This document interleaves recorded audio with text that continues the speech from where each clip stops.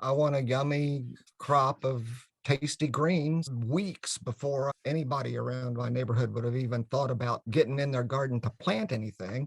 I was harvesting this. There Cool. were no bugs on it. It was not bitter because it was still freezing it every night. What I Yeah. decided that I was going to try to do with this group of plants was to just consider the different variety, not just different named varieties, but different types of the plant. For example, broccoli versus cabbage. I just decided they're the same thing.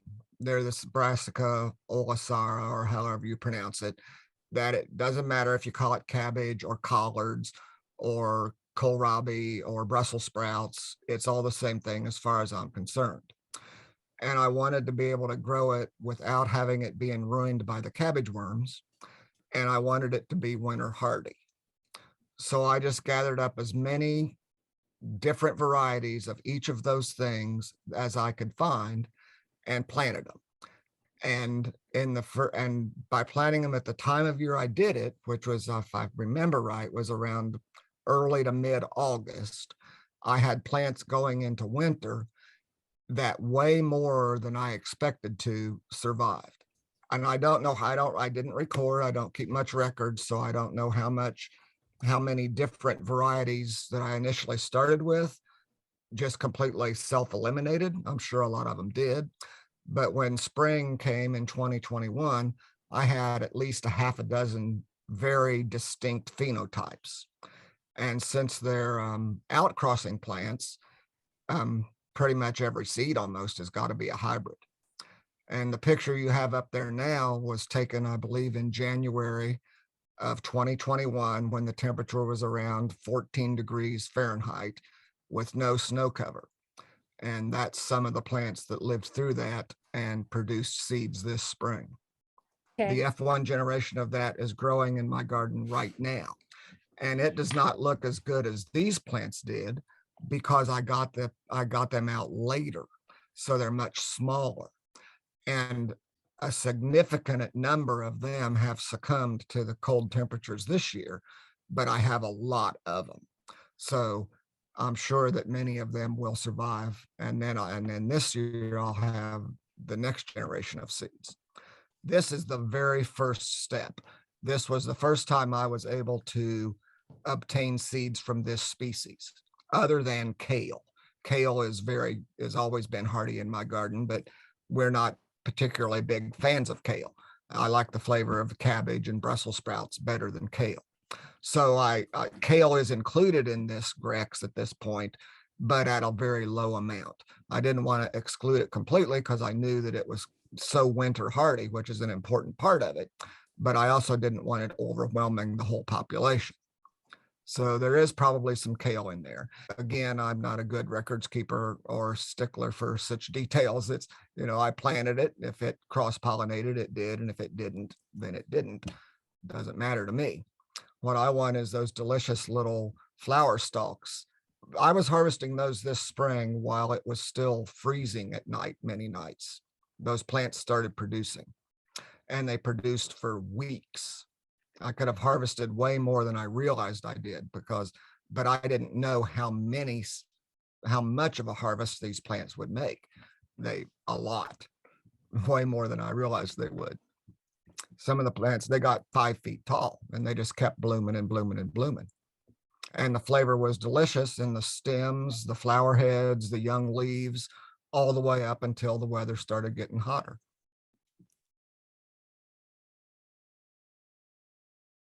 Well, because they take too long, they take too much time, or they take too long, they take up too much space. And when you plant them in the spring and your intent is to, for example, grow a large head of cabbage, by the time that large head of cabbage has matured, the weather is hot and the worms are there. And then you've got this great big head of cabbage, and what are you going to do with it? Eat it all at one time? Because we don't have root cellar or a way to preserve such things. And in the traditional way of if you want to get seeds from that, you would need to store that cabbage somewhere in a root cellar or somewhere over the winter so that you could grow it, so that you could replant it the next spring. So I thought, well, what if I just don't care if I get a cabbage head? I don't care if I get Brussels sprouts. I don't care if I get a large head of broccoli. If I can have lots of that flavor of flower heads and stems and stalks that taste good and are tender and that grow without any bother by the bugs because it's too cold for the bugs, that's what I'm after. So what I think this can turn into is a crop that produces that.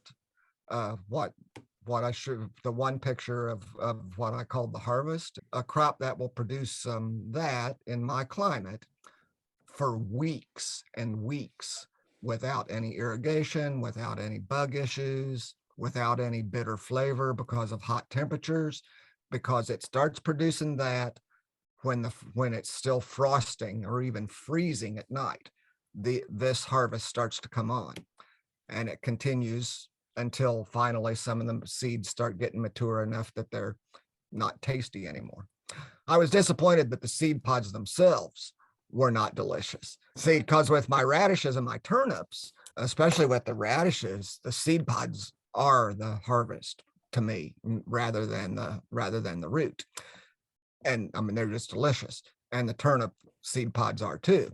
But it turns out with this group of plants, the seed pods are not so, well, they don't taste bad. They're just real stringy and tough and chewy. They don't have a tender, delicious point. But that's fine because they make so much of what was in the previous picture for so long. How will you do your selection process? What exactly will you be looking for? Well, while I'm still letting the winter do primary selection for right now, since it's so early. And I would like to establish exactly when I need to plant these to have the plant at the optimal condition going into winter. I'm just going to let nature take its course, and then I'll begin a little bit start selecting for flavor and tenderness, because I did notice some variation in that this year already. Especially plants that had some purple in their stalks and leaves were, I don't want to use the word sweet, but were better than some of the others. None of them were bad, but some were a little better than others. So in the next generation or two, I'll start favoring in my seed mix, I'll start favoring the ones that have better flavor and the ones that survive winter better. And so hopefully with this winter, where there's probably a few hundred plants out there, half or more of which have already died because they were too small going into winter, but the rest are out there, and that'll help me select for a greater degree of winter hardiness, because the little plants that do make it through are the better ones. So, Okay. because the ones out there now are, temperatures as cold as what you see on this one. One of these pictures was taken, it was close to 0 Fahrenheit, and you can see no snow cover. And temperatures that cold this year have killed a lot of smaller plants. We've had no snow at all this year. So that's a problem that we have.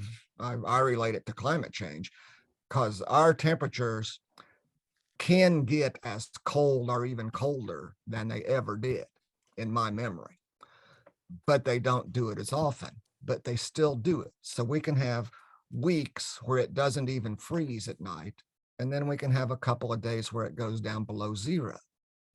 And plants that seem to be, should be reliably hardy aren't, because they don't even go dormant during those warm periods.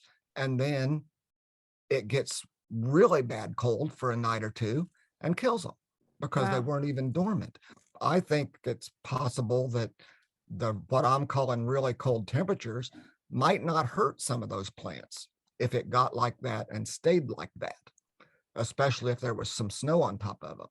But when they're happily growing in daytime temperatures of 50, 60, 70 degrees, nighttime temperatures barely below 40, and then all of a sudden they go down to 20-degree highs in the daytime and -5 at night for 2 or 3 days, it's the end of them, because they didn't have a normal, like in the old days, transition into winter. But I'll tell you, those cabbage worms, if you look at the leaves on some of these plants, you'll see all those holes. Those are from the cabbage worms that were eating them before winter came. But from what I understand, all of the cabbage, kohlrabi, collards, broccoli, Brussels sprouts, and some kales are all the same species and they will cross. Yeah. Summer. And I have one plant that I'm watching. One of these very plants that's on the screen now Mhm. survived the heat and hot and the worms of the summer. So I really hope it survives another winter and blooms again so that I can back cross to it. Because all of these others, all of the rest, after they were done blooming and I harvested the seeds, they all dried up and died. But one is out there still alive.